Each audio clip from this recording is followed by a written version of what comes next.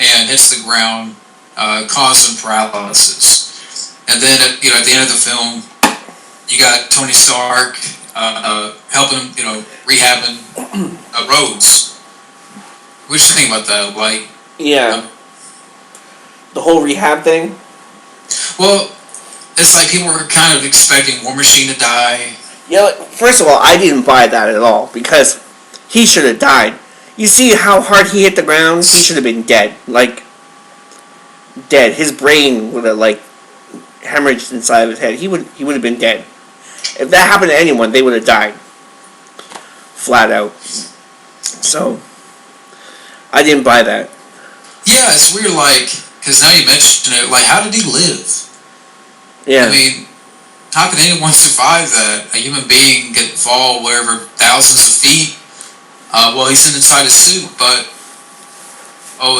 he's just suffering from paralysis, and he's trying to. Mm-hmm. At the end, he's doing rehab, and he's trying to. It makes you wonder how long after that ending is, because that would have taken him like what 5 years to get to that point, or a really long time. Because think of it, they would have had to wait for all the inflammation to go out, then do all the operations on him and all the testing and all the implants and all that to get him to, and then the rehabilitation of days and weeks of just moving your toe and then moving your leg, and like how long, because he's like walking, he's almost walking, he's just holding on to the thing, It is like, what did that take place, like 5 years later, where all those Avengers in jail for like 10 years, like what the fuck? Well, not 10 years, but like 5 years. Wait, I totally missed that, because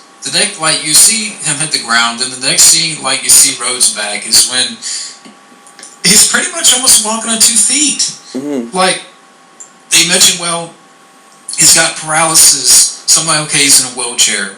He's pretty much walking again. So it's kind of like they want you to think that maybe time has passed. Yeah. What, 2 years, 3 years, 4 years? Mm-hmm. You don't know. Because that's how it, in the real world, that's how it works, right? Like, it takes a long time. But people are going to say, well, it's a comic book film. Yeah. Yeah, for sure. And then Stan Lee appears at the end. Yeah.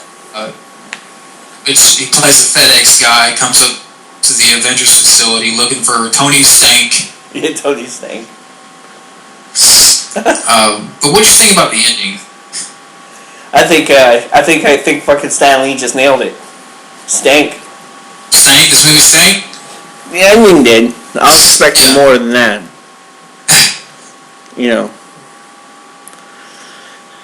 Where they kind of hit that, like, at some point they'll patch things up. I think so. Well, over time, I don't know. It could go either way. But I was expecting better from that ending. Like, I didn't want there to be a cliffhanger, As having your trilogy of films for Captain America, I didn't want there to be like a, like at least Iron Man, that sealed the deal, right? Iron Man 3, you had your Iron Man trilogy, and the third one, he's like, fuck it, I don't want to be Iron Man anymore. Or, I forget what he says at the end of that, but pretty much that's how it goes, right?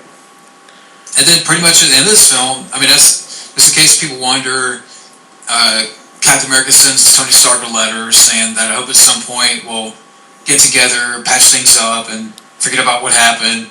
But then Captain America's team, they're still criminals, but you see a scene where Captain America breaks them out, but you don't see it. Mm-hmm, it's like he stands there in front of their cells, like, he's going to break them out, or he's going to help them get out. Yeah. So I guess what, he quits being Captain America then, I guess? I don't know. It kind of felt like that, I guess. Is that, you just kind of, maybe, I don't know, maybe fans can, fans probably be too mad like this video. Yeah, like it almost feels like he's going to be like surrendering?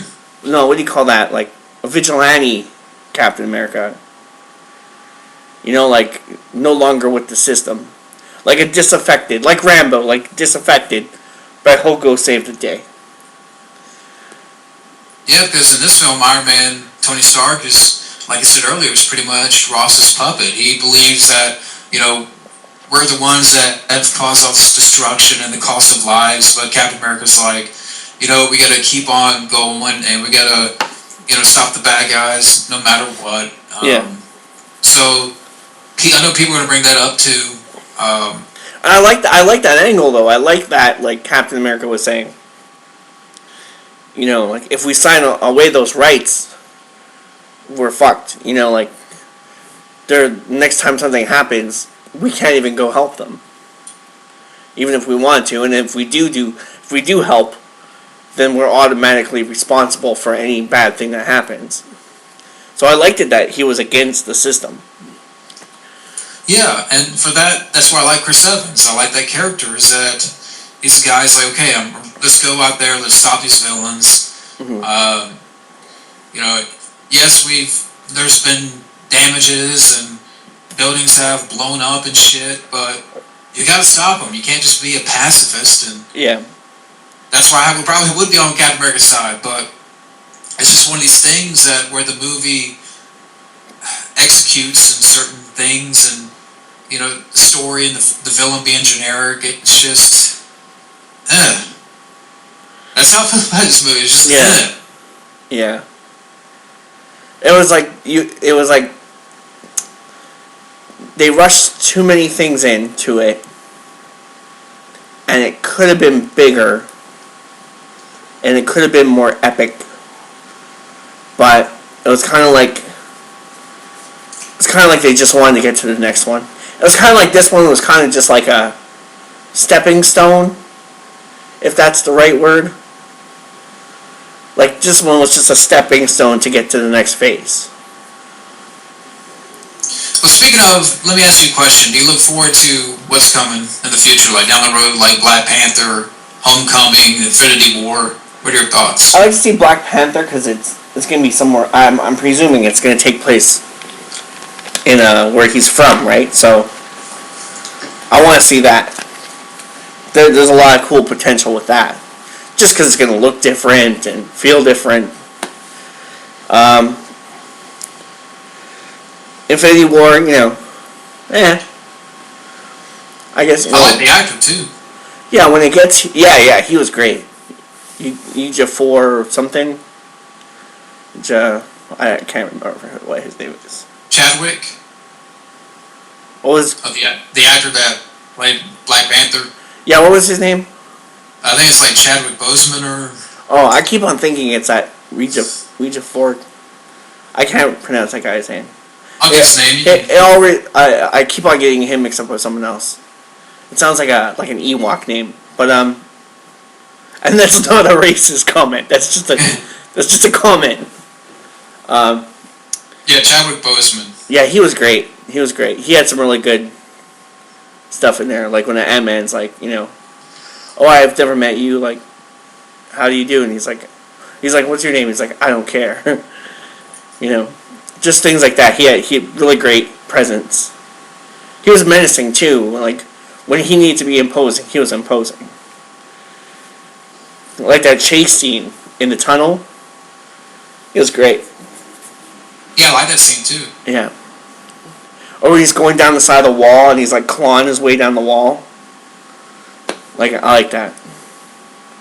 That was cool. Even there was a little fight in there where he's fighting Bucky. I like that fight where they're trying to stop Bucky and Iron Man gets involved. I like that scene too. Yeah. So Black Panther, like I said, to me, he does good in the film, and he has. To me, I think he had more of a good showing than Spider-Man, but that's just my opinion. Mm-hmm. But what were you saying? I loved everything that guy brought to it. Everything was great.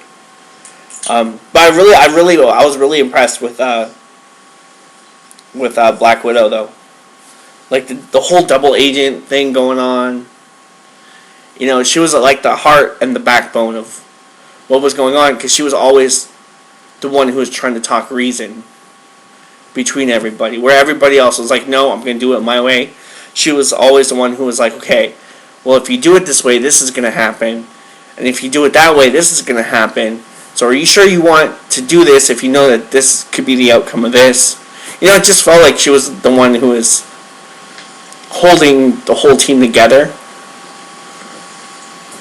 And her acting in this one's great. Like when Bucky grabs her by the neck and he like slams her down, and when he lets her go, you can really see like she's acting. You know, like I bought that she was in pain. I bought that she couldn't breathe. You know, she was really good. She did a really good job in this. Something else I forgot about too in the film. There's a scene where, because pretty much Scarlet Witch is being held at the facility, and Vision's kind of supervising her, you know, where she's going and stuff. Yeah, the Rapunzel. She's like locked away in the tower. Yeah, and then like it's funny because there's a scene where Hawkeye shows up, you know, trying to get Scarlet Witch out, and he got a little bit of a fight between Hawkeye and Vision, which lasts about 2 minutes. Because, you know, Vision's like, you know, you can't stop me. Hawkeye's like, no, I know I can't. And then, like, Scarlet Witch gives Vision a fucking super punch all the way to hell. Yeah. I mean, I found that it was funny in a way. It's like, damn, he's like, she just fucks him up. He gives him a super punch and he goes straight to hell. Yeah. I liked it when Vision went through Ant-Man, and Ant-Man's like, something just went inside me. Yeah, I like that bit. So, yeah, Ant-Man's good. I like Ant-Man in the film. I wish he had more. Yeah. Watch fucking Vision give Ant-Man cancer. Like, from going through his body and shit. Like, yeah. Ask about Homecoming. Like, what are your thoughts now? I mean, with the Spider-Man, this new actor, do you look forward to Homecoming? No, not really. A big part of that is I've seen Spider-Man done so many times now. It's like one of those jinx things, because for a long time we wanted Spider-Man, we never got a Spider-Man, and then when we did get a Spider-Man, we got oversaturation of Spider-Man. So now it's like, like if they would have left it with Tobey Maguire, say like they did, you know, Spider-Man 3 with Tobey, like even if they did Spider-Man 4 with Tobey Maguire and that was it. Like, no more. They didn't do the Andrew Garfield ones. And then they did this. Okay, maybe I would want to see it more. But there's just been so much Spider-Man.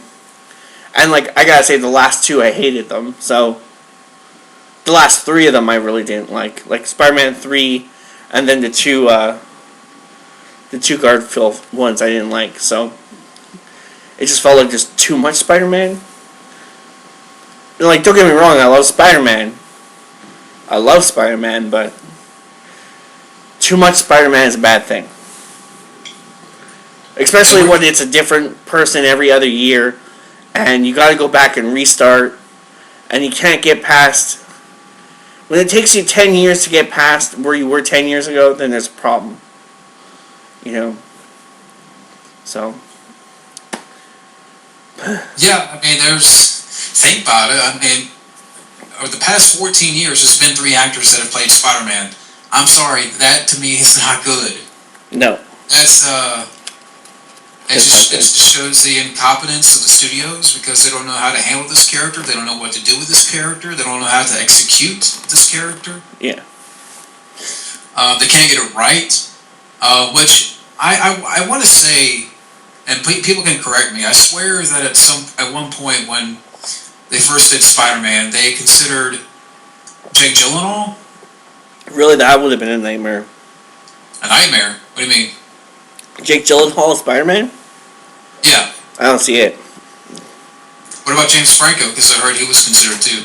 I could kind of see it, but you know, that's just because I like stoner James Franco. You know, like maybe I like stoner James Franco. Spider-Man. Which one? James Franco. He should have played Spider-Man in this, but I know he's probably. I'm with you guys when you guys were talking Brandon Lee. That would have been a great Spider-Man.